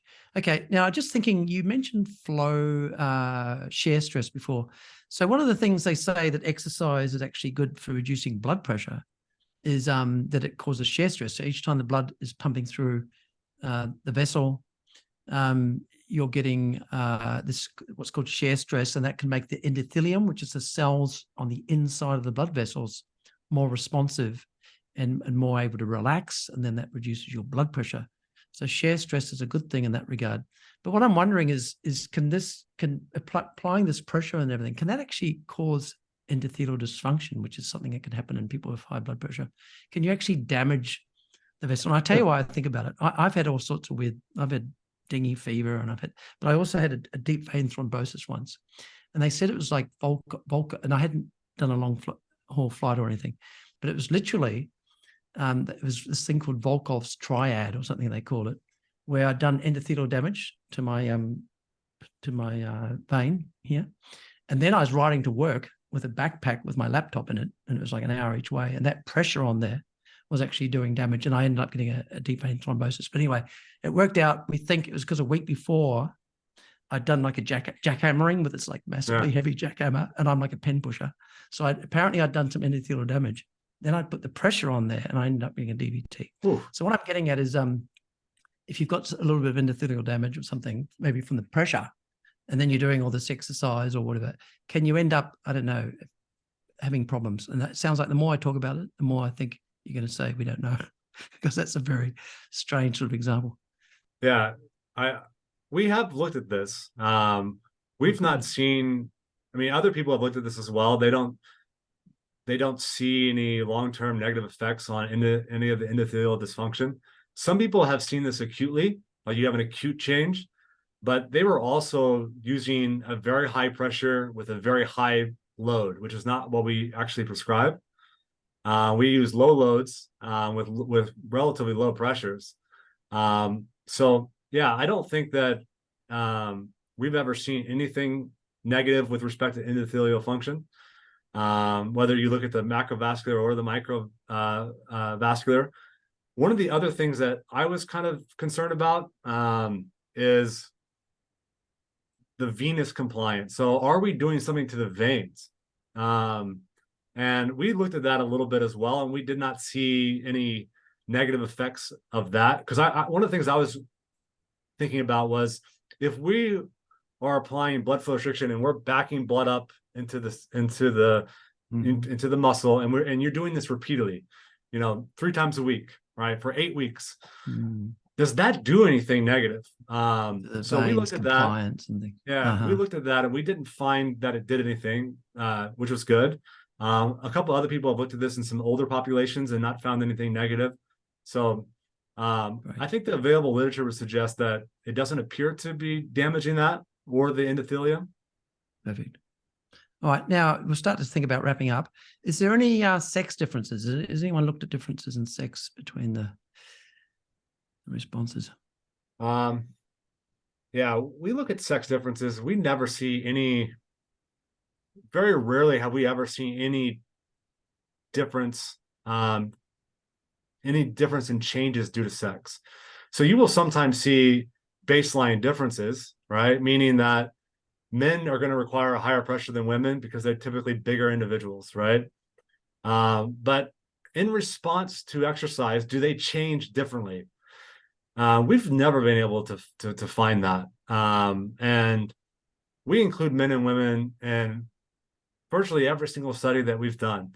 And anytime we've done it, we we never see it change differently. So if they do, I haven't seen it. Well, that's pretty handy, because then you can recruit. You've got all this evidence previously, so you can recruit men and women and combine them and things like that, potentially, if you're struggling to get and I think people can criticize that and go, you know, I'm going to get myself in trouble here, but I you know, you have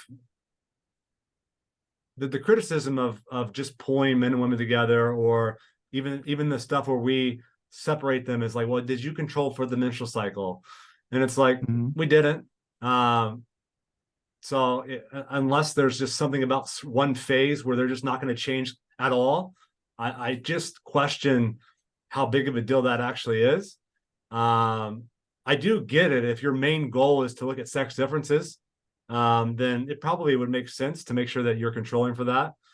But I feel like we have found ourselves in this really interesting place in exercise science literature, where if you include men and women, but you don't include measures of the menstrual cycle, well, then that's viewed as a negative, right? If you exclude women because you don't have the whatever the reason, you're not going to control the menstrual cycle, right? Well, then that's also viewed as a negative, right? And then if you do try to account for the menstrual cycle, then people have questions or criticisms of that as well. So it's like, it's an impossible place to be when reporting these sex differences. And I know, you know, there's been some good papers that have come out recently. Kirsty Sells is a person who's, I know, done a lot of really good work on this, but you know, I get all of those things. But man, we get actually absolutely hammered in the review process when we either don't account for sex differences, or when we do account for sex differences, but we didn't do any of these things because it was never our goal to begin with. But anyway, we don't find any sex differences. Is that because we don't control the menstrual cycle? Maybe. I don't know. Okay, well, that's a can of worms. So I've had actually Kirsty Elliott-Sale and Abby Smith-Ryan on previously, so people can have a look at that for those sort of issues, that the complications that come from that. Yeah, exactly. Yeah, all both right, excellent. So, me and Abby went to the same. We got our PhD at the same place. Oh, cool. Okay. Yeah. Now, effective age, I often ask about, but I think we've talked about that quite a lot. Seems like you're not seeing much of an increase in risk with them, and they're getting similar responses. Is that fair to say? I can't help just mentioning just some of the hype I saw online. So there was this thing saying improvement in skin, hair, and nails. This is with blood flow restriction. Improved brain function and cognitive abilities. Improved sleep. Heals injuries faster. And then they said it was aging medicine, anti-aging medicine. So, hey, you can add that to your list of reasons to do it. Yeah. All right. So I think what I wanted to do is I saw other bits and pieces that you were doing that were interesting. So what I quite often like asking is, you know, what other things are you working on that you're excited about? Because I can see you've got other bits and pieces that you're doing that are interesting. So, you had your strength changes in contralateral arms. That's interesting, because as you said earlier, that generally you exercise with one arm, you don't expect any changes in the other arm. What did you find there? Yeah, I think the cross-education effect is something that we were interested in. I think what we ultimately found is that, you know, the higher the intensity you were training, so the closer you were to the test, the greater the cross-education effect was, at least in the Dankel study. We've seen that now with some other studies as well, depending on the type of exercise. But yeah, the cross-education is just basically saying, if I train my right arm, but not my left arm, does my left arm get stronger? Mm-hmm. So we have found that. Now that led us to another study that has some methodological kind of potential implications. So in the resistance training literature, it's very common to use within subject models, where maybe I use one intervention on my right arm and I'll do another intervention on the opposite arm. One of the things we started to wonder is it possible that if I were to do high load on this arm and low load on this arm, is it possible that the strength change I see in the low load arm is due to the high load arm from the opposite limb? Does that make sense? Yep. So if that So was more than low true, load alone. Yeah. yes, if that was Okay. true, then that's potentially very problematic if your main goal is strength. So we designed a study, or we designed it to specifically investigate that, to see if I train this one with a high load and this one with a low load, is this arm influenced by the condition done on the opposite side? So we had to compare it to a group that was just doing low load exercise, right? Yes. And what we found is that the strength change is 100% affected, which is not good, because a lot of studies in the resistance training literature have used within subject models.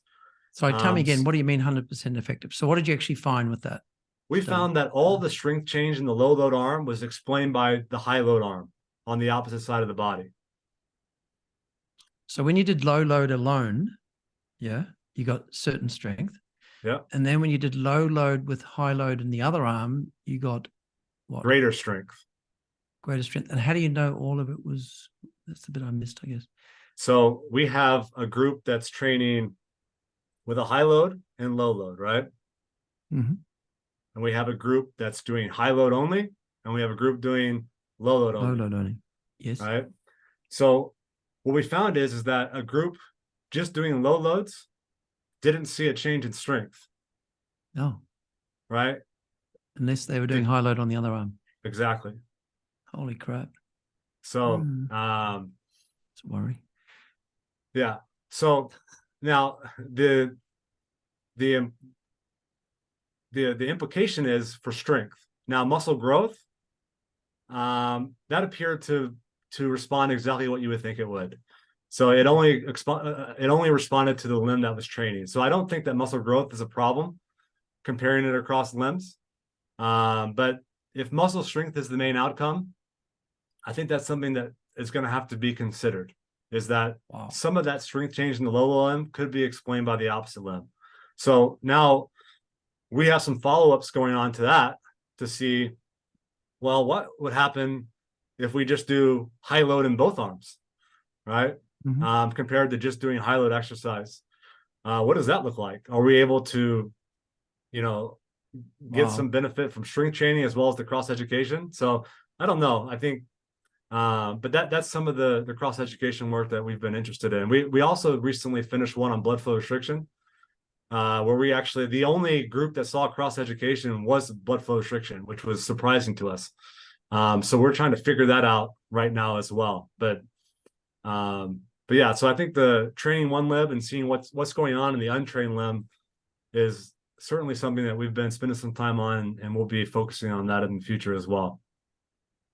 Wow. So I'm just thinking, I've got these little biceps. So if I'm going and doing 10 kilograms with one arm, and then I do like 5 with the other arm, yeah. So just say I've got my dodgy arm. So I'm doing 10 with my good arm and 5 with the other arm. Are you saying I could end up doing like 7 with my other arm or something because I'm doing more with the? I think what we're getting at is it going to be additive to another arm that's training with a high load? So just to go back to the other example, I think one of the missing pieces that was confusing is we had a group that was just training with a high load, right? So their untrained arm was actually greater than that of a group training with a low load. Exactly. I got that. Yep. Yeah. Okay. That's amazing. Yeah. Because you said you didn't really get anything with the low load. Right. Alone, but we did see a cross education, which would suggest that the group that was training with a low load with high loads was probably the cross education effect. Yeah. They needed the high load to get anything out of the low load. So the other thing is it fits with your thing about hypertrophy and strength not going hand in hand, because you said the low load alone without the high load in the other arm got some hypertrophy, but they didn't get any increase in strength. Right. So that fits with that.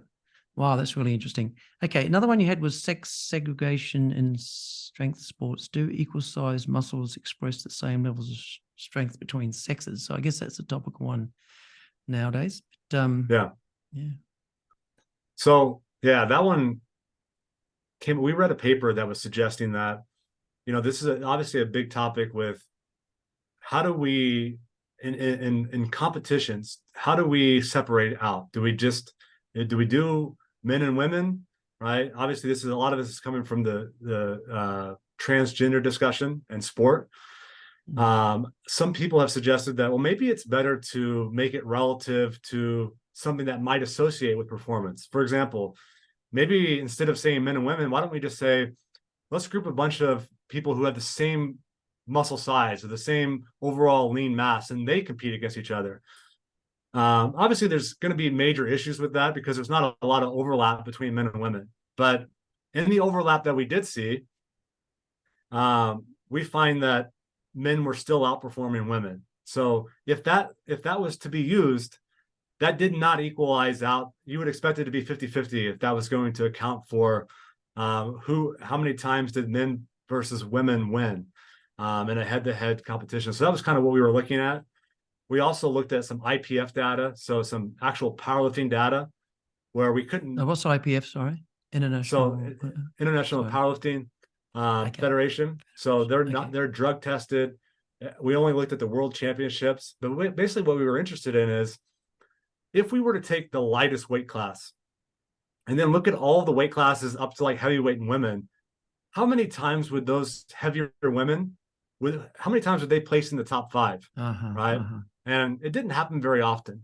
There was a couple of anomalies, right? You have in the bench press, you have Jennifer Thompson, who's one of the best bench pressers in the world.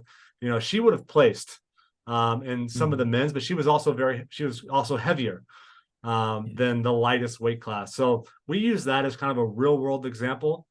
Now, one of the criticisms of the paper was getting at the lack of overlap between men and women, right? So what they were saying is like, I think they were basically agreeing with our point that this is not a method that can be used, but they were coming at it from a statistical perspective, a methodology perspective.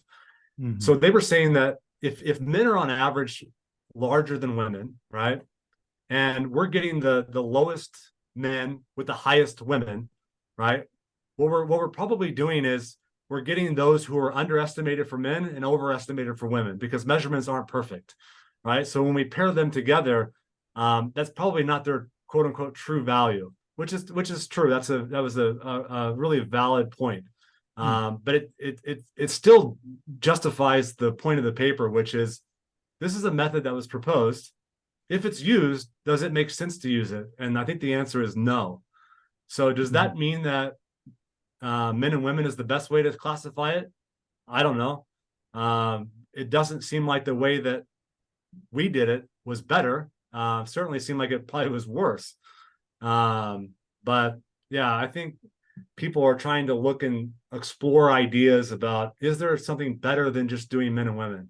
Yes. And I don't know that there is, but I could just be not very, it could just be my lack of ability to think.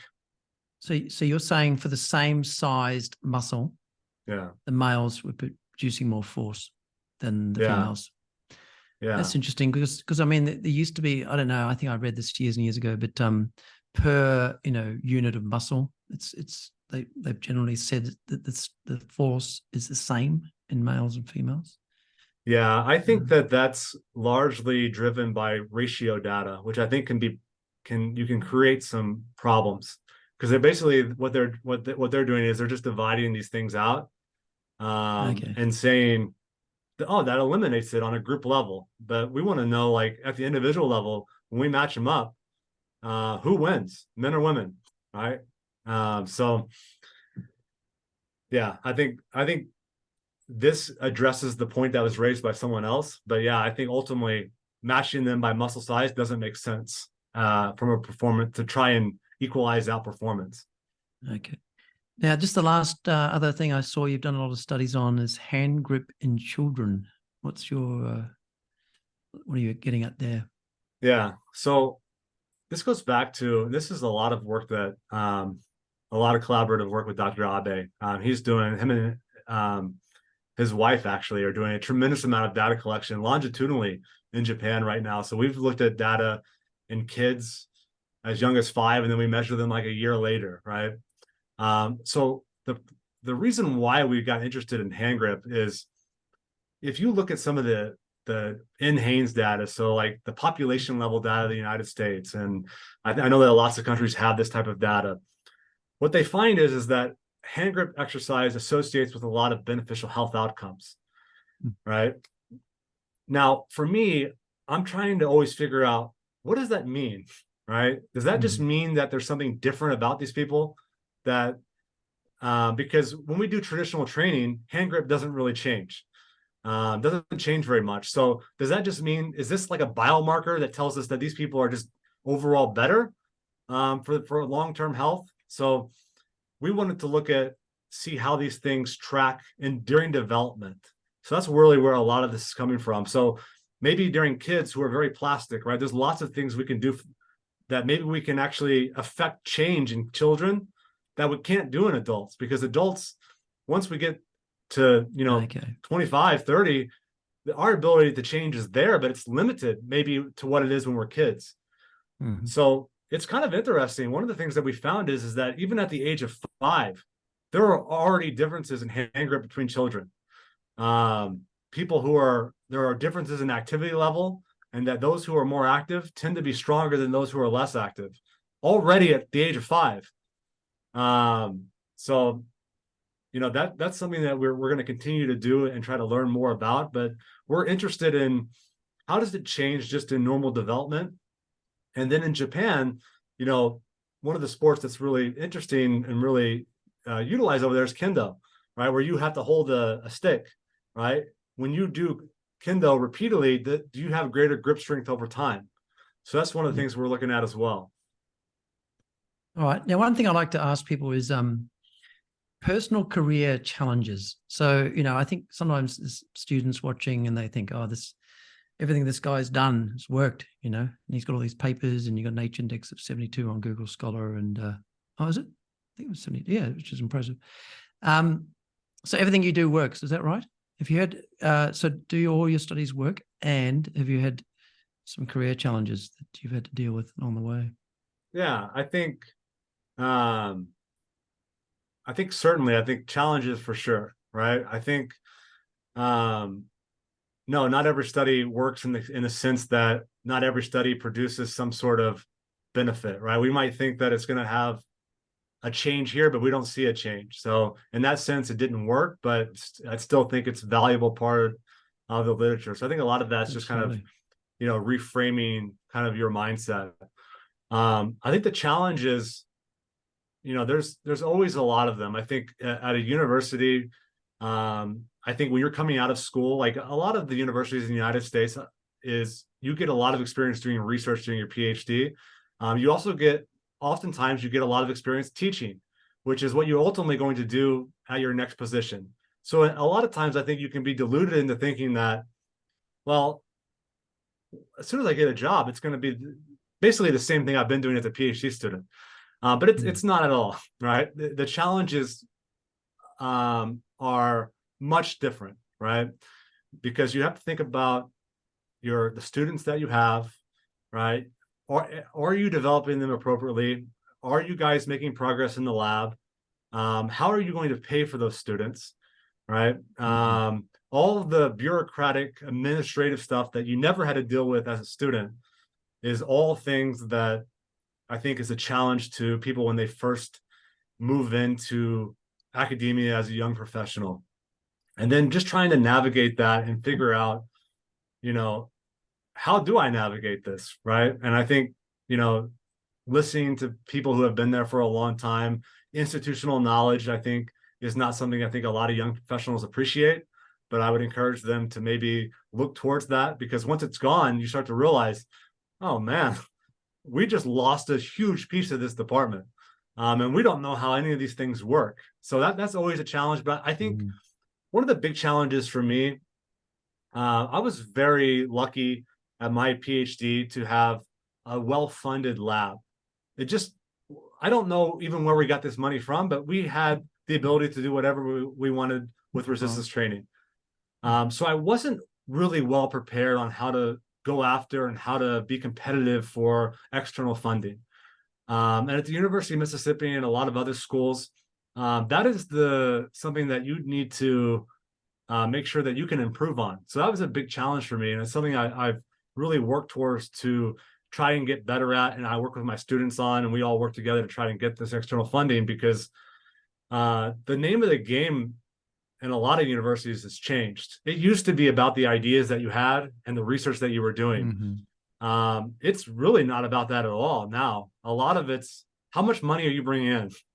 How much funding are you applying for? So that's a challenge to try and go after that while also still doing things that you're enjoying.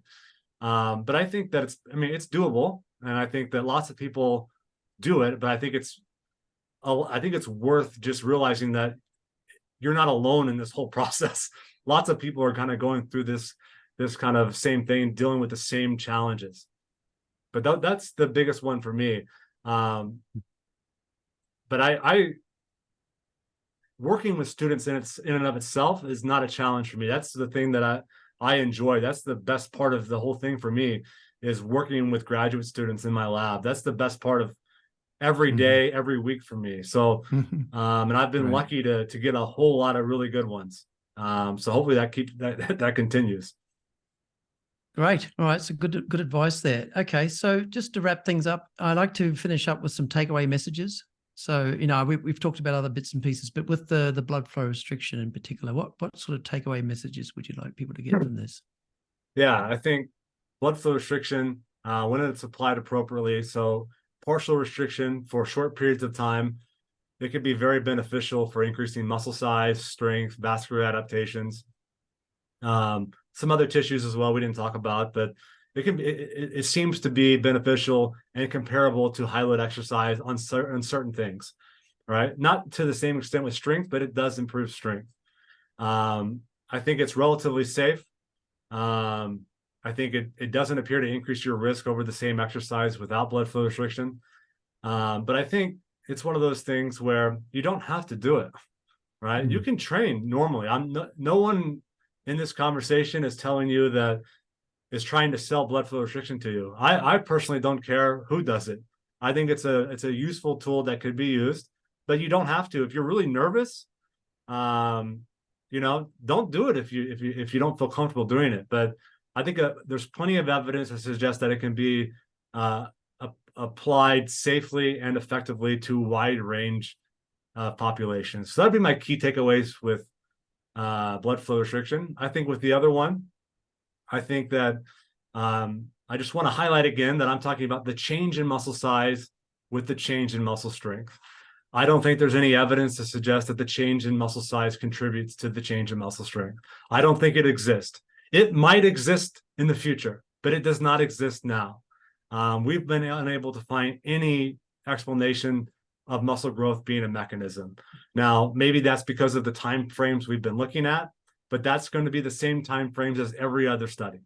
So if you're looking at saying it matters in 1 year, it matters at 2 years, you're not pulling from evidence, right? You might be correct. I'm just talking about what do we know based on the science, right? And I think that's what I would say. Now, if you're a coach, right, and you think muscle growth is important for your athlete, then by all means do that, right? But what I'm saying is, if you take anything from me, you might be able to go, maybe it's not quite as important as I thought. So maybe I can devote less time to muscle growth and either more time to strength training for maximal strength or recovery. That's how they might be able to utilize that information. And then last point, so if they need strength and power in their event, rather than thinking we need to increase the size to get that strength and power, you would say work on the strength and power per se. Exactly. Right? Yeah. And the last point I'll make is, and there are people who disagree with me on this, but low load exercise with or without blood flow restriction to failure, right? It will produce changes in muscle size comparable to high load exercise. There's no question in my mind, right? And I think a lot of people agree with that. But when we talk about maximal strength, right, that is best changed by lifting a heavy weight. There's too many people going, low load exercise is the same as lifting high load exercise. It's not. It's not even close when it comes to strength, right? With growth, I'm on the same page. With strength, It's not. It just isn't. And I think that there's plenty of evidence to suggest that that's the case. Well, even just going back to specificity, right? Like we said earlier. Exactly. Exactly. All right. Well, good on you. Thanks a lot. I've enjoyed this chat, and I'll see you around sometime, hopefully. Thanks again. Thanks for having me, Glenn. I really appreciate it. I hope you enjoyed this podcast. Please like, subscribe, pass it on to your friends and colleagues. Check out the other podcasts. Thanks again.